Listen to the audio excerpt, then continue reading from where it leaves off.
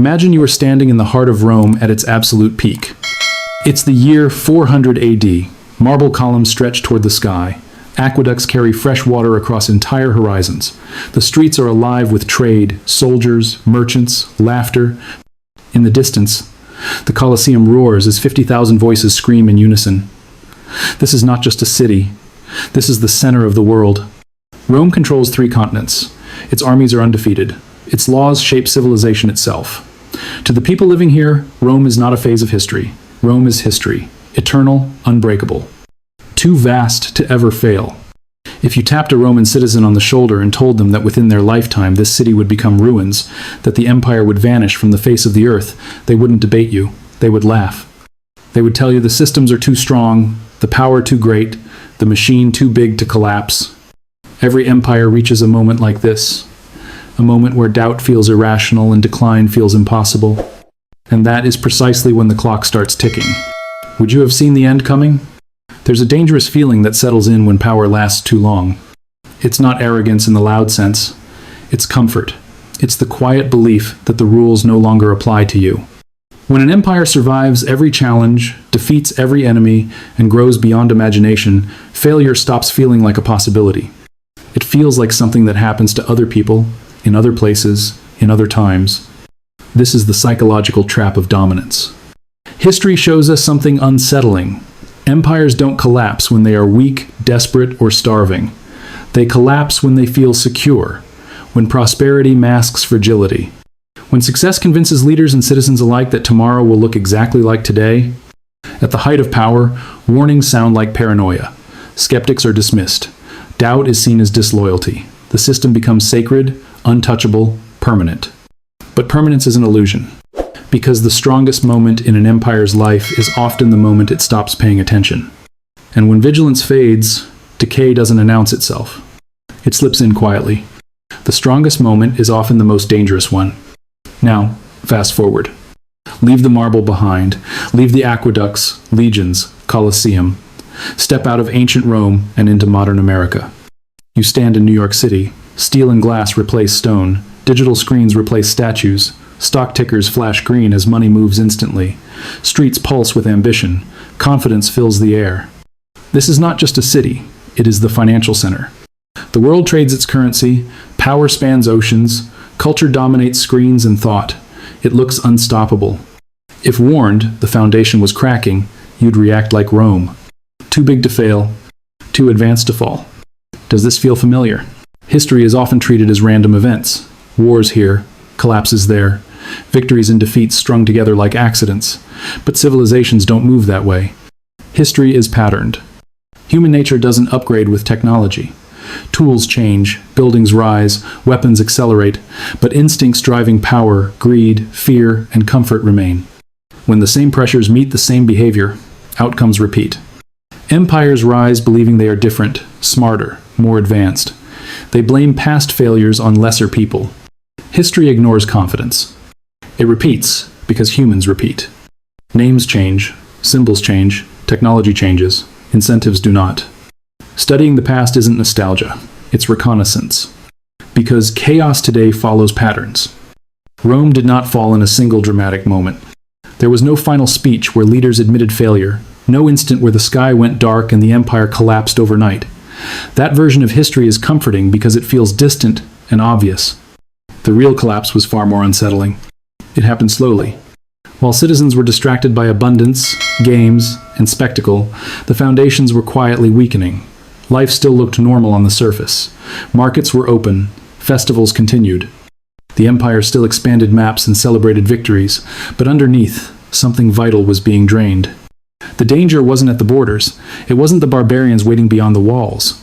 It was internal decay, a rot that grew during times of peace and prosperity, not chaos. The kind of decay that spreads precisely because no one feels an urgent reason to stop it. By the time Rome looked vulnerable from the outside, it had already been fragile for generations on the inside. Collapse doesn't announce itself when it begins.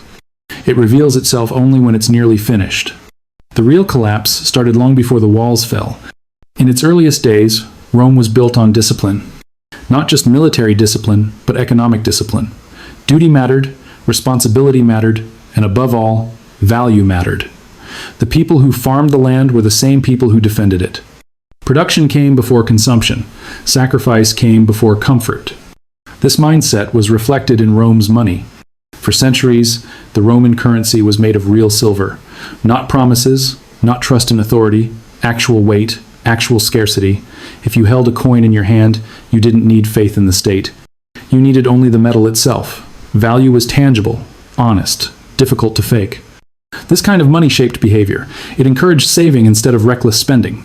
It rewarded long-term thinking over short-term pleasure. It made cheating the system costly instead of convenient. Because when money is real, the economy becomes real.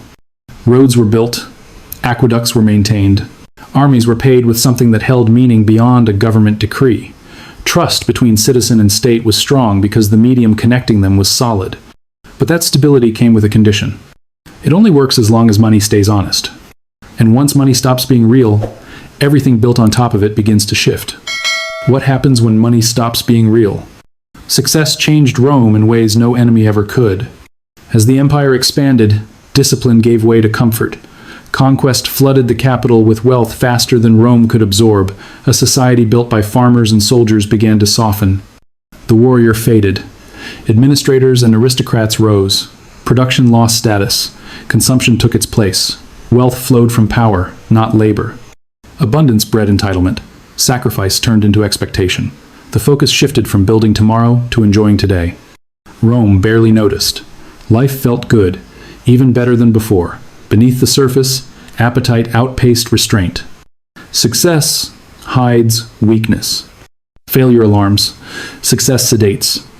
Success rots faster. Inside, an empire that stretches across the known world comes with a price. Rome had legions stationed thousands of miles from the capital. Roads, ports, and cities had to be built and repaired across continents. Borders had to be defended. And inside Rome itself, a massive population had to be kept calm, fed, and entertained. None of this was cheap. The empire's expenses kept growing, but its easy sources of income didn't last forever. Conquered territories stopped yielding endless treasure. New wars cost more than they returned. Slowly, quietly, Rome reached a point every empire eventually reaches. The bills became larger than the income. This wasn't a moral crisis. It was a mathematical one. And math doesn't care how powerful you think you are. The problem was simple. How do you maintain an enormous global system when the numbers no longer work? There were only bad options. Cut spending and risk unrest, raise taxes and anger the elite, admit limits and lose political power. Every path carried consequences no ruler wanted to face. So the problem wasn't that Rome ran out of money. The problem was that Rome ran out of honest choices. And when the bill finally comes due, there's always one question that decides the fate of an empire. When the bill comes due, who pays it? Rome's leaders reached a crossroads, and every option in front of them was painful. They could cut spending. That meant fewer games, fewer benefits, fewer comforts for a population that had grown used to being entertained and fed by the state.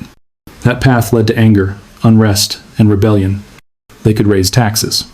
But higher taxes meant pushing back against the wealthy and powerful elites who kept emperors in power. That path led to betrayal, coups, and political suicide. Or they could choose the third option, the option that looks painless at first. They could change the money. No public announcement, no emergency decree, no visible confession of weakness, just a quiet adjustment behind closed doors. A small reduction in silver here, a little more base metal mixed in there. On the surface, the coins looked the same. The face of the emperor was still stamped on them. The laws still declared them equal in value. And that was the illusion.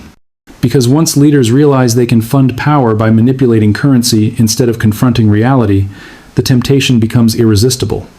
Each crisis justifies another temporary adjustment. Each adjustment feels harmless compared to the alternative. This was the moment Rome crossed a line it could never uncross. The decision that solved the problem for the rulers and doomed the system for everyone else. This decision changes everything. At first, almost no one noticed. The coins still looked familiar. They still carried the emperor's face. They were still accepted by law, still exchanged in markets, still used to pay soldiers and merchants. On the surface, nothing appeared broken. But something fundamental had changed. The silver content of the coins was quietly reduced. A little copper here, a little cheaper metal there. The state could now mint more coins from the same amount of silver. More money entered circulation, even though no new wealth had been created. It felt like a solution. The empire could pay its debts, the armies stayed loyal, the games continued, life went on. For a while, the system appeared to be working, and that's what made it so dangerous. Because debasement doesn't explode, it leaks. Value drains slowly, almost invisibly, like blood leaving the body drop by drop. The laws remain the same, the institutions remain in place, the promises remain intact. Only the substance behind them disappears. And once that door is opened, it never closes. Every future ruler faced pressure. Every pressure led to the same shortcut: a little more dilution, a little more manipulation, a little less honesty. The theft was legal, and most people never saw it happening. The theft was legal and invisible. Eventually, reality catches up. As more diluted coins flooded the economy, merchants began to notice something was wrong. The money they were receiving didn't buy what it used to. A sack of wheat required more coins than before. Oil, cloth, tools, everything cost more. Not because goods were scarce, but because the money was weaker. This is how inflation really begins. It's not an abstract number on a scroll or a proclamation from the state. It's felt at the market. It's felt when savings lose power. It's felt when honest work buys less life than it did yesterday. People who had done everything right were punished. Years of saved silver were wiped out by debased metal. The middle class, the backbone of the empire, began to disappear. Not through violence, but through erosion. Trust collapsed next. Merchants stopped believing the state's value claims. Soldiers realized they were being paid in metal that meant less with every passing year. Once trust in money dies, trust in institutions follows. Rome tried to respond with force, price controls, threats, punishments, but you cannot command reality to obey a lie. When money lies, society turns inward. People hoard, trade slows, black markets form, cooperation collapses. And once that spiral begins, it feeds on itself. What happens when money lies? When the lie became impossible to ignore, loyalty began to fracture. Soldiers realized they risked their lives for pay without meaning. Merchants watched livelihoods crushed by rules that punished survival. Workers learned effort would always give less back. The social contract was breaking. A society survives only while people believe the rules are fair, or at least stable. When that belief fades, obedience becomes calculation. Why defend a system paying broken promises? Why protect a structure quietly stealing from you? Rome didn't fall because enemies grew stronger. It fell because citizens detached. The gates opened after the empire was already hollow inside itself. In the beginning, America followed the path Rome once did. This nation was built on production, not permission, on work, not leverage. Farmers, builders, inventors, manufacturers formed the backbone. Value came from effort. Growth came from discipline. Trust came from limits. Money reflected this mindset. For much of its early history, the dollar was tied to something real. Not promises, tangible value. Scarcity mattered. Restraint mattered. Government couldn't create wealth by decree. It had to earn, tax, or borrow honestly. This discipline shaped behavior. It rewarded saving, long planning, punished recklessness. America grew powerful by respecting reality. We once understood this lesson very clearly then. The moment everything changed did not feel dramatic. No riots, no empty shelves, no sense history had turned. Most people never noticed. In 1971, facing debt and obligations, America made a quiet choice. The dollar was untied from gold. The last restraint vanished. Money no longer had to be scarce. It only had to be declared valid. The problem seemed solved. Spending expanded. Wars continued. Choices were delayed. Pressure eased without confrontation. But something essential was lost. Money stopped reflecting reality and became trust. And stretched trust always breaks. From then on, every crisis ended the same way. Print more, borrow more, expand more. History repeated. What makes this moment different is speed. Rome had limits. Coins were gathered. Metal was melted. Currency reminted by hand. Debasement took decades to show damage. The collapse moved slowly. Modern systems have no friction. Money appears instantly. Trillions emerge with keystrokes. No physical limits, no delays, no breaks. Centuries compress into decades. This changes everything. Mistakes compound faster. Debt explodes. Consequences hit sooner. Systems can't adapt. Imbalance accelerates.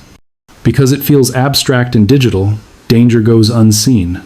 Rome walked into collapse. We are sprinting toward it. What took centuries now takes decades. What if this time it's faster still? There's a pattern that keeps appearing once you zoom out far enough. Across thousands of years, different cultures, languages, and technologies, the same arc keeps repeating. Empires rise from hardship. They expand through discipline. They grow wealthy through trade. They peak in comfort. And then, slowly, they decline under the weight of their own success.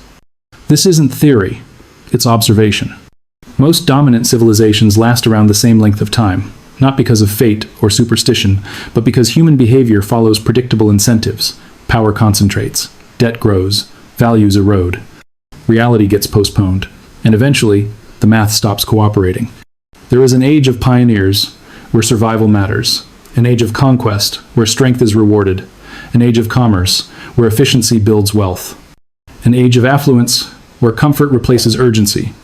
Then comes the age of decadence, where spending replaces saving and entitlement replaces responsibility. Every empire believes it will escape this cycle. None ever have. The question is never whether the pattern exists. It's whether you're willing to look at where you are inside it. Do the math. When the dates line up, coincidence disappears. America declared independence in 1776. Add the average lifespan of past empires, and you arrive at a year uncomfortably close. A year marked by extreme debt, deep division, and a currency under silent strain. This is why 2026 matters. Not because magic happens on calendars, but because systems reach limits pressure can no longer absorb. Interest begins competing with essentials. Borrowing stops solving problems and only delays them. The margin for error shrinks. The symptoms align. Debt explodes. Currency weakens. Division deepens. These are end cycle markers. The year is not random anymore at all. Collapse rarely looks the way people imagine it. It isn't a sudden apocalypse. It isn't chaos in the streets overnight. It's quieter than that, slower, and far more disorienting. Systems don't disappear all at once. They degrade. Services become unreliable. Costs rise faster than incomes. The rules start changing more often. Trust erodes in small, almost ignorable ways. Life still goes on, but it feels heavier, less stable, more uncertain. What people lose first isn't survival, it's confidence. The sense that tomorrow will be predictable, the belief that effort will be rewarded fairly, the assumption that institutions are competent and honest.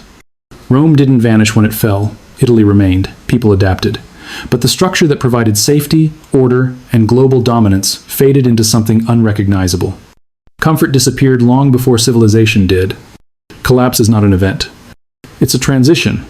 And by the time most people realize what's happening, they're already living inside it. The lights don't go out at once. History shows collapse doesn't affect everyone the same way. When systems fail, those most dependent suffer first. People relying on stable institutions, predictable money, and endless promises are exposed when guarantees break. But others survive. Not because they are luckier, but because they see patterns early. In Rome's decline, survivors weren't clinging to imperial currency or favor. They held land, skills, trade, and assets that lived beyond politics. They understood a simple truth. When money fails, value doesn't vanish. It transforms. Land feeds, skills produce, assets endure, awareness becomes leverage. Empires fall, life continues. The line is drawn before collapse. The question is which side? Cycles like this can't be voted away. They can't be negotiated out of existence. They don't care who holds power or how confident the promises sound. Empires rise and fall under pressures larger than any leader or generation. That is the uncomfortable truth. Rome couldn't stop its cycle. Britain couldn't stop its cycle. Believing we are the exception is the final illusion every empire clings to before reality intervenes. But inevitability does not mean helplessness. Those who suffer most are those who refuse to see it coming, those who trust the system blindly, those who believe tomorrow must look like yesterday. Awareness is not fear, it is leverage. History isn't whispering anymore, it's warning. The clock is moving toward 2026.